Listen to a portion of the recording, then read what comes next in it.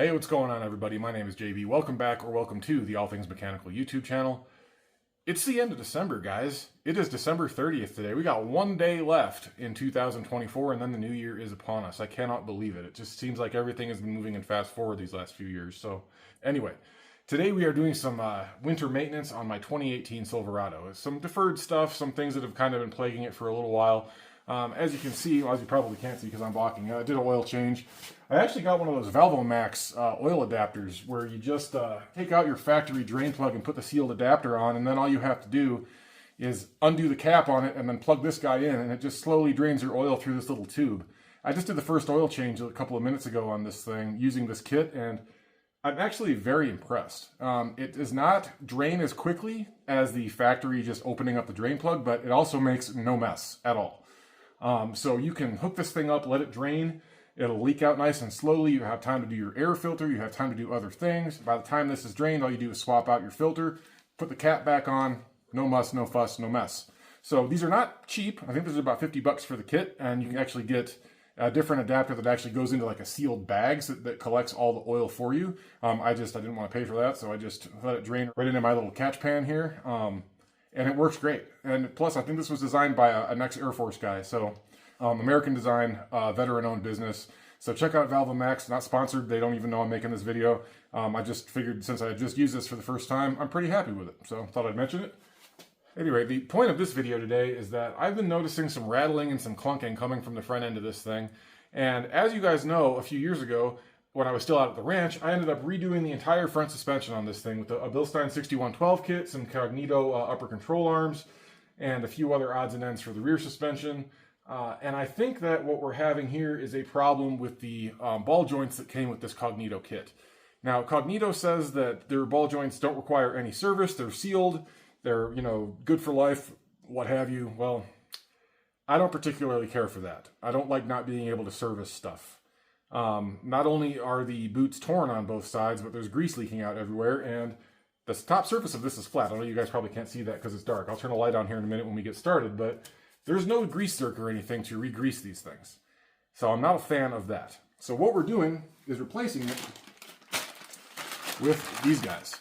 These are Krptonite upper ball joints, and these will fit on any upper control arm that takes a Moog KR6292 upper ball joint. And this KR6292 profile has been used by GM for like 37 years. They've been used since 1988. So a pretty wide range of applications. So yes, these are Cognito upper control arms, but these Krptonite upper ball joints will bolt right on, no problem. It's the exact same bolt pattern. And this is a very easy job. There's only a few basic tools that you're going to need. You're not disassembling anything with the brakes or the knuckle or anything down here. All we have to worry about doing is popping this nut off of the upper ball joint, hitting it with a hammer, knocking it loose, lifting this up, getting this ABS wire out of the way so we don't damage it, and then unbolting the old one, bolting the new one in, and slapping everything back together. Very quick, very easy process, but I'm just going to take you guys along for the ride. I figured I haven't made a video about this kind of stuff in a while, so let's get going on it. Now, you're only going to need a few basic tools for this. Now, as you can probably see, obviously I already have the wheel and tire taken off. I have the front end jacked up. I have a jack stand underneath the frame here, but I actually got aftermarket wheels for this truck. I don't normally do that. I don't typically want to pay the extra money for the bling bling factor, but it was actually more than just bling bling factor in my particular case. Now, because I've been running these Cognito upper control arms on this truck, I've been running very small 1/4 inch wide wheel spacers just to kick that OEM wheel out far enough to where when it's at maximum lock, it's not rubbing on the UCA. I know that's not a good thing. I know you're not supposed to do that, especially with factory length studs. Well, after years of doing that, it finally bit me in the butt. Actually, the day we were leaving to return to Ohio for my mom's funeral back in August, I was doing some maintenance on this thing and checking it over because we had just driven out to Ohio to visit my mom. We spent 2 weeks with my mom while she was in hospice, and then we had to come back. And then a week later, my mom passed, and we had to go back out to Ohio for her services. It's 1,800 and something miles one way to go from Utah to Ohio, where my mom lived. I want to do a quick look over on this thing just to make sure everything was good to go. So I took the front end off. I wanted to grease everything up. And when I was putting the wheel back on, On this side, actually, I had an issue with one of the factory lug nuts. Now, I know that a lot of people don't like these factory lug nuts anyway. I hate them because they have this aluminum cladding on them that gets deformed over time when you use impact tools on them, which everybody does. And it makes it really difficult to get a socket on here, and sockets want to stick on these things. The more they get deformed, the worse they get over time until they're basically unusable. But that wasn't even the issue that I had. You can see this is one of the factory ones. If you guys can see that, there's still some threads in there. They're supposed to go all the way to the end here where the cone is. Well, I was putting the lug nut back on, and that's what I ended up with. I don't know if you can tell, but that's completely smooth on the inside. It ripped the threads right out of this lug nut, and that's because there was not enough engagement. It's my fault. There wasn't enough engagement on the factory studs here, and it just yanked all of the threads right out of this lug nut. So I was in a situation where I was kind of up against a wall. I wasn't about to put my family in this vehicle and drive 1,800 miles one way and then have to drive 1,800 miles home with a lug nut that was bad like this, and most of them probably in the same condition, or about to be in the same condition with weakened threads. That made me really nervous. So I went to O'Reilly's. They gave me a set of lug nuts. They were the wrong lug nuts. I went to Discount Tire. They had one set of wheels in stock that I actually liked, and they're the wheels sitting behind me right here. A set of 18-inch American Outlaw Gunslingers. Pretty good looking wheels, if I say so myself. It's just a machined surface with black on the inside here, black center caps, and you know, the fake beadlock looking thing I could do without. But you know, considering I didn't really have a choice, it was a good purchase. And the offset is just different enough to where they kick out just a little bit further, only about an inch further than stock, and it completely clears the aftermarket upper control arms. And I got a brand new set of lug nuts, which brings me around to the entire reason I brought all that up. You will need a 22mm socket to get your factory wheels and tires off if you're doing this job.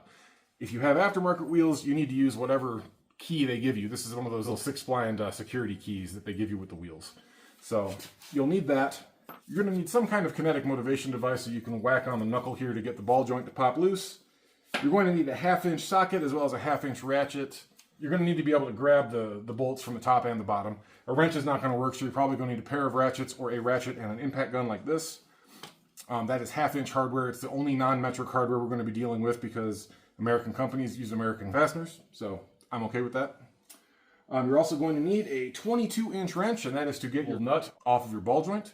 And you're going to want a pair of nippers or some kind of pair of pliers to get the cotter pin out. So that's really it. The only other thing I have sitting here is just a wire brush in case I run into any rust. We can brush that off real quick, reassemble everything, and you're good to go. Loctite is optional if you want to use it. I like using it just because I don't want to have anything coming apart. My wife drives this truck. I just like to be extra safe. You probably don't need it because there are split washers that come with all this new hardware, so they kind of lock in place. But use it at your discretion. I like using it. You don't have to. That's really it, guys. We're going to reorient the camera. I'm going to get a light set up so you can actually see what the heck I'm doing, and we'll go ahead and get started knocking this thing out. All right, guys, we're going to go ahead and get started here. Now, the first thing you're going to notice is you have this ABS wire that kind of reaches across this whole area where we're going to be working. Now, we are going to be disconnecting the upper ball joint from the knuckle, so this whole thing is going to want to lean out. The last thing we want to do is risk stretching and damaging your ABS sensor wire.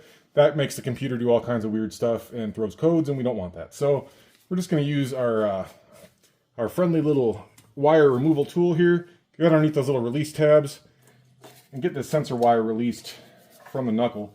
You don't need to disconnect it completely. You can if you want to, but I find that fighting with these little red tabs is more trouble than it's worth. So I'll just set this thing out of the way just so we're not risking damaging it or pinching it. As you can see, I'm just noticing this. Looks like something was already rubbing on this, and it's almost through the outer jacket. So I'm going to have to address that. I don't know. This might have been from before we had the new wheels on there. So I'm going to have to wrap this with some electrical tape. I'm glad that I'm doing this. This is the kind of thing that you don't always catch. That's dangerously close to going through the sheathing. So we'll go ahead and wrap that before we get this job done. Next thing we're going to want to do is underneath here, typically you have a cotter pin in there, and we do in this case. I'm just going to take my nippers here, straighten that out, and pull it out. Pardon my bald head in the way. One second. And I like the nippers because you can just kind of grab onto the cotter pin, grab it, and pivot it out.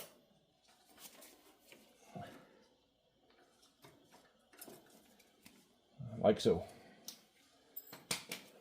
Now we take our 22mm wrench, get in here and go ahead and start loosening this guy up.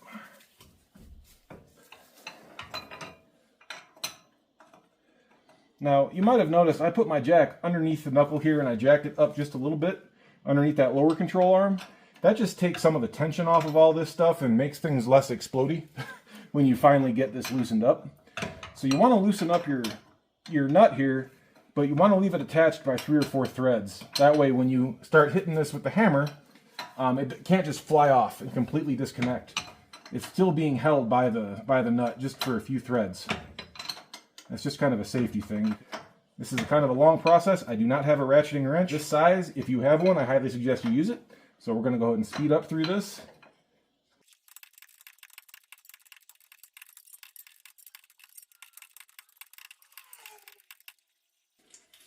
All right, so that's completely loose now. Now what I like doing is loosening that all the way, removing it, and then just threading it back on. That way you know that the threads are clear. You're not going to have any issues getting it off once the ball joint is free from the knuckle. So right here is a nice flat area, and I'm going to go ahead and let the jack down now so we have some downward pressure on this thing. All right, jack is completely lowered.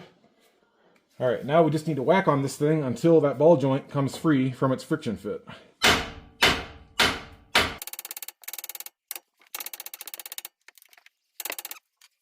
If it's being stubborn, you can get a pry bar right in between here, put some downward pressure on it, and continue beating on it.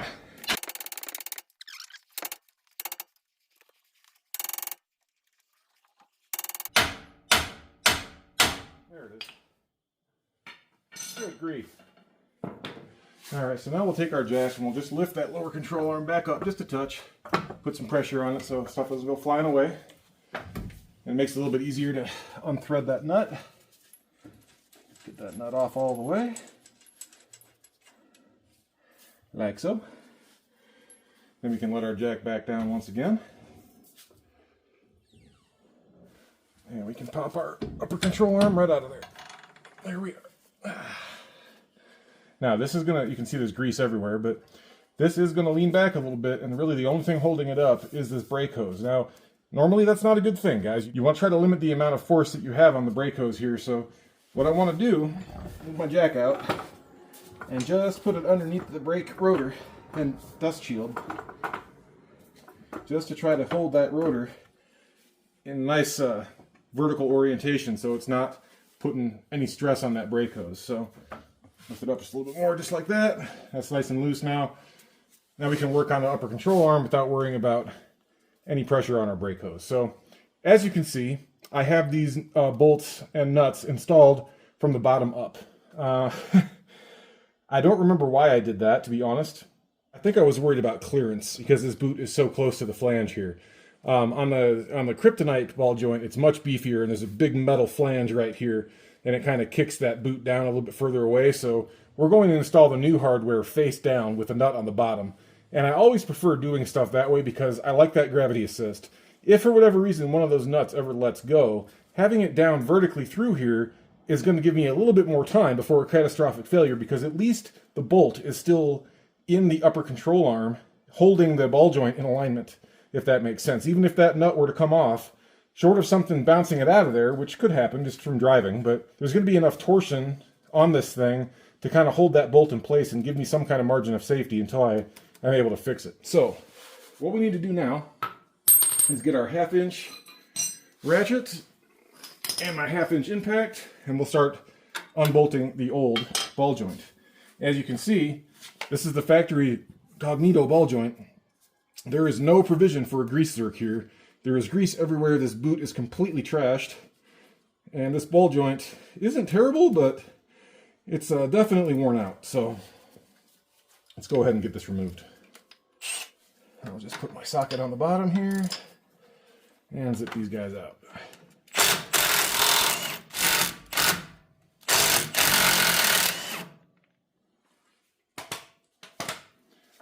This last one's going to release the ball joint completely.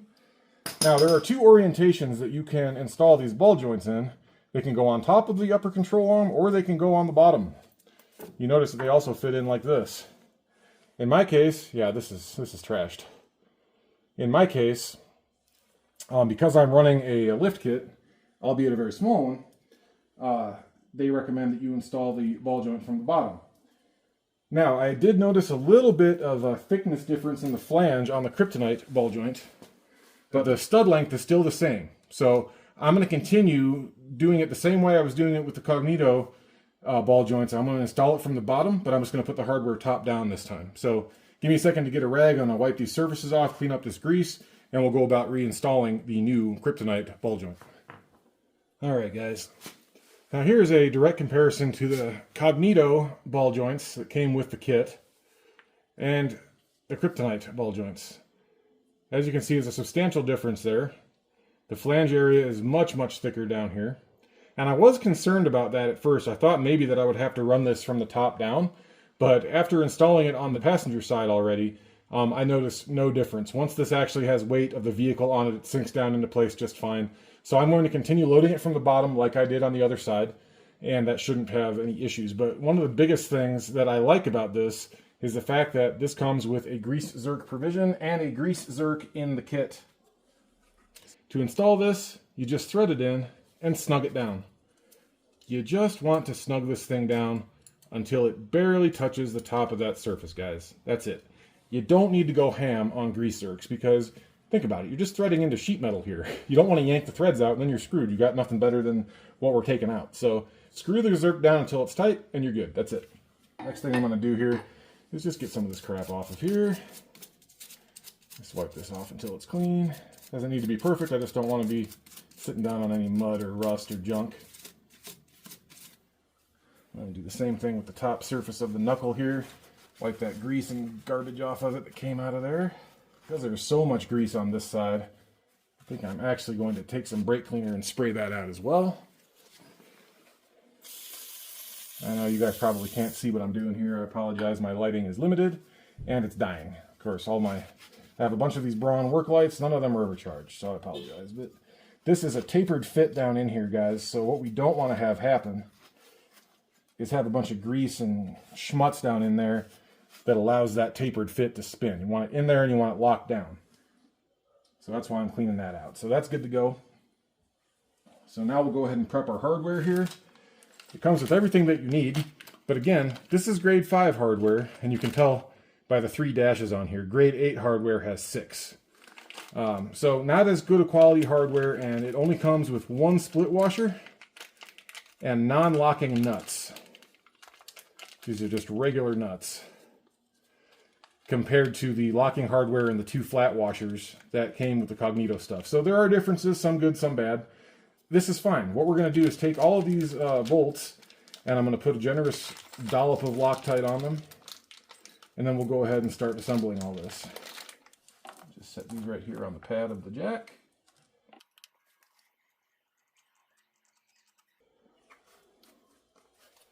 It comes with a brand new castle nut and a new cotter key in the hardware bag as well. I'm going to leave the castle nut on for the time being just so I know where it is. I don't have to hunt for it later.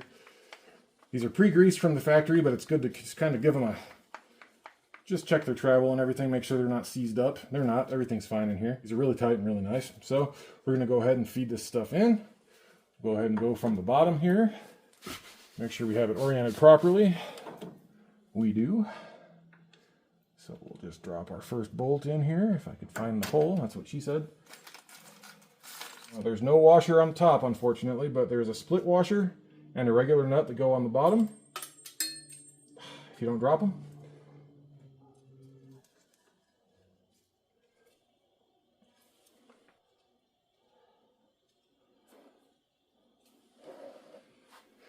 All right, got all of our hardware on there. I'm just going to zip it down with the impact.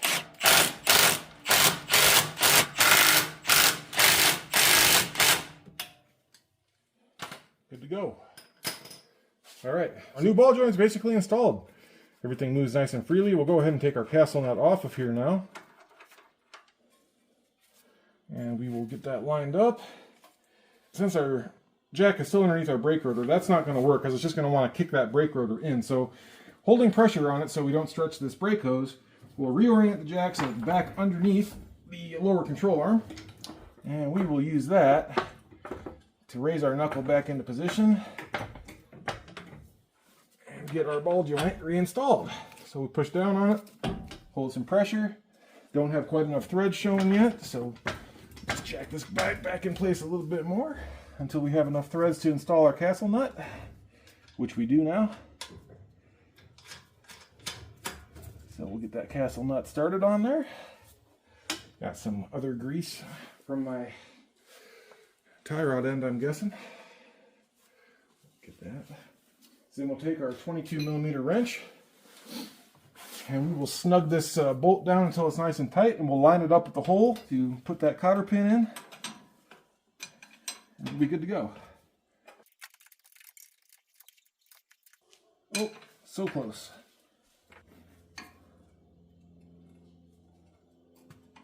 There we go. Cotter pin is in. We'll just spread the cotter pin, or the split pin, I guess, whatever you want to call it. It's not really a cotter pin, I guess.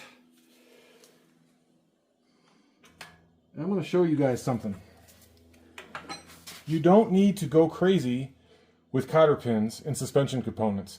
I see people bend them all the way around and then trim off the excess and do all this crazy crap. Look at this. Look.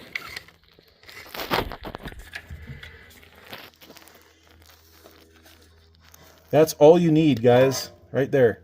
Just split it. It's not going to go anywhere. You don't need to go crazy with these things. You can trim them down shorter if you want to, but why? It's not going to hit anything. There's nothing that it can contact. And it's just going to make it more difficult for you or the next person that goes in there that has to replace this thing. So just take it easy on the split pins, guys. You don't need to go nuts. But that's it. We have the upper ball joint reinstalled. Everything is good to go. We didn't damage anything. I just need to wrap this one wire here real quick with some electrical tape to give it a little bit more protection. And we'll go ahead and reinstall the clips and everything when that's done. But that's pretty much it.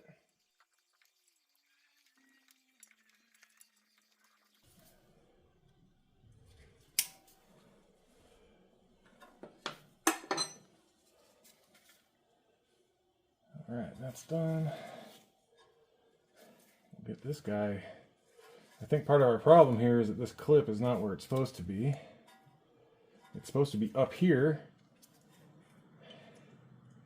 and it's not. How the heck did that happen? That's what I want to know. Well, it's going to have to be a problem for another day.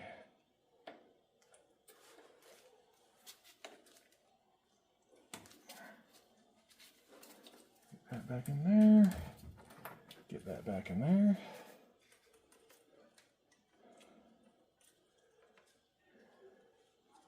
I don't know why it's like that.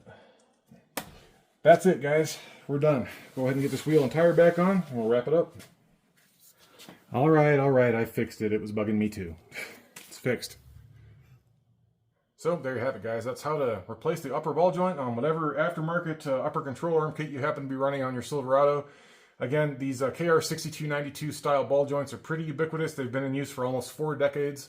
So a lot of the aftermarket manufacturers have kind of jumped on board with that bolt pattern, and they make their products kind of fit. So really solid kit from Krptonite. I think the hardware could be a little bit better, but you know, all things considered, it's a greaseable, US-made, American-designed component, and I'm really happy with that. So thank you to the fine folks over at Krptonite. Again, not sponsored. I'm just very supportive of American businesses and American-made products. That is a wrap for 2024, guys. That's going to be the last video I put out this year. So I can't believe how fast the time has gone, but I can't thank you all enough for following along with me, hanging out, subscribing, commenting, sharing my videos, watching them. You guys are awesome. We have a great group of folks here, and I really appreciate every single one of you. So thank you. If you choose to celebrate the holiday going into New Year's tomorrow, I encourage you to do so safely and responsibly. Please make use of Lyft and Uber and taxi cabs or designated drivers or whatever you have in your area.